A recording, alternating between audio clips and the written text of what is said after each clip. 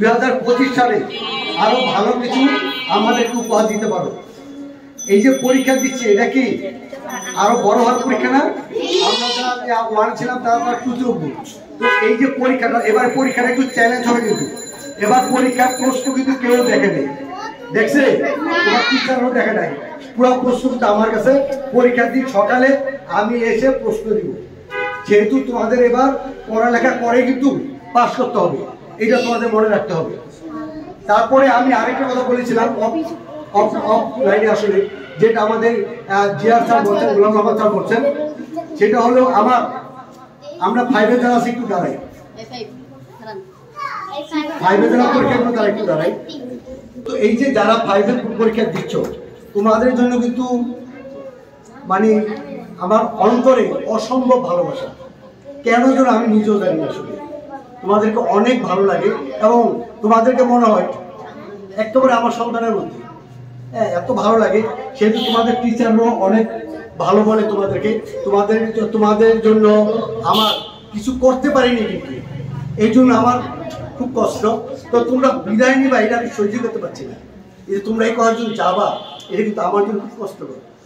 দেখো ওরা কিভাবে যাবে। আমি প্রতিদিন সকালে এসে এই জেরিন কই, এই তানজিলা কই, এই কি রবি কই, মানে এই যে স্মৃতি কই, সবাইকে কিন্তু আমি ডাকি না, তোমাদের অনেক কষ্ট দিই। তো আমাদের উপদেষ্টা মহোদয় এখানে আসেন, আমাদের তাকিদ স্যার এখানে আসেন। আমি তার সামনেই বলতে চাই যে তোমরা যদি চাও, তোমাদেরকে আমি বিদায় দিতে চাই না, তোমাদের কাছে আমি বুকে আগলে রাখতে চাই। সেই আগলে রাখার জন্য যারা আমাদেরকে সহযোগিতা করে তাদের কাছে অবশ্যই সহযোগিতা কামনা করবো। এবং 2025 সাল থেকে আমরা তোমাদের নিয়ে 6 উদ্বোধন করতে চাই। এখানে আমাদের যদি শিক্ষকরা যদি আমাদের সহযোগিতা করেন, হ্যাঁ, বেশিরভাগ আমাদের তারবিজমান স্যার আছেন, হ্যাঁ, উনিও যদি আমাদেরকে সহযোগিতা করেন, আমরা ইনশাআল্লাহ আগামী বছর থেকে জানুয়ারি থেকে আমরা 6টা শুরু করব। তোমরা কি রাজি? হ্যাঁ, 2025 সালে না। হ্যাঁ, তোমরা আমাদের স্কুল থেকে যাবা না, যেহেতু আমাদের যে কমিটি, এই কমিটি সবাই অনুমোদন দিয়েছে। আমাদের শিক্ষকরাও সবাই খুব খুশি এইটা। তো আমরা চাই, যদি তোমরা চাও, হ্যাঁ, আমরা এইটা করতে চাই। এবং এই জন্য আমাদের উপদেষ্টা মহোদয় এখানে যেহেতু উপস্থিত আছেন, ডক্টর তারবিজমান স্যারকেও এই প্রস্তাবটা আমরা দিলাম।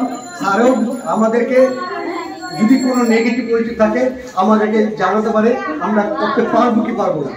তো ইনশাল্লাহ আমি মন থেকে বলছি, তোমাদেরকে আমাদের বুকের ভিতরে রাখতে চাই যেমনি হোক, কিন্তু তোমাদের কষ্ট করতে হবে, তোমাদের কষ্ট সহ্য করে আমাদের এখানে পড়তে হবে।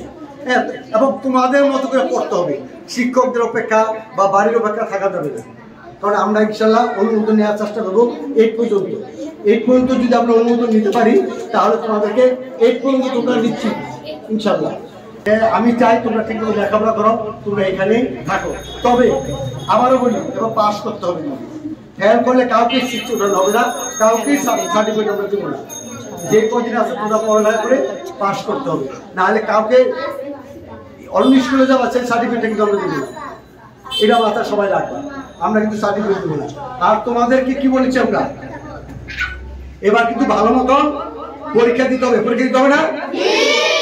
এবং কেউ যদি ফেল করো, টিচারদেরকে আমার বলা আছে, যে ফেল করবে কোনো রিকোয়েস্ট রাখা হবে না এবং কোনোভাবেই তাকে মানে উপরে উঠানো যাবে না।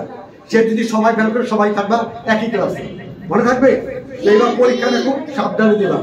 এবং কোনো শিক্ষক কোনো পরীক্ষার ভিতরে কাউকে বলে দিতে পারবে না, এইটা তোমরা শুনে রাখো, এইটুকু কিন্তু পারবে না। সেহেতু আমরা চাই, আমরা অতীত যা হয়েছে না হয়েছে, আগামীতে প্রত্যেকটা ছাত্রছাত্রী যেন কি বলে আমাদের একটা জিনিয়াস হতে পারে এবং একটা ভালো সবাই দেখলেই যেন বলে না এইটা সংস্কৃতিকে পড়ায়, এই গৌরবটা যেন আমি করতে পারি। এই জন্য তোমাদের চাপ, এবং জানুয়ারি থেকে আরো চাপ আসবে ইনশাল্লাহ। তোমাদের চাপ বাড়িয়ে তোমাদের আরো ভালো লেখাপড়া যেন হয়, ইংরেজি বাংলা অঙ্ক সব কিছু যেন আরো সুন্দরভাবে হয়। এই জন্য আল্লাহ যেন আমাকে তৌফিক দেন, তোমাদের জন্য আমি সেটা করতে পারি। আমার যে মনের ভিতরে যে প্ল্যানিংগুলো আছে সেগুলো যেন আমরা করতে পারি। তো সবার কাছে দোয়া চাই, সবাই দোয়া করবেন।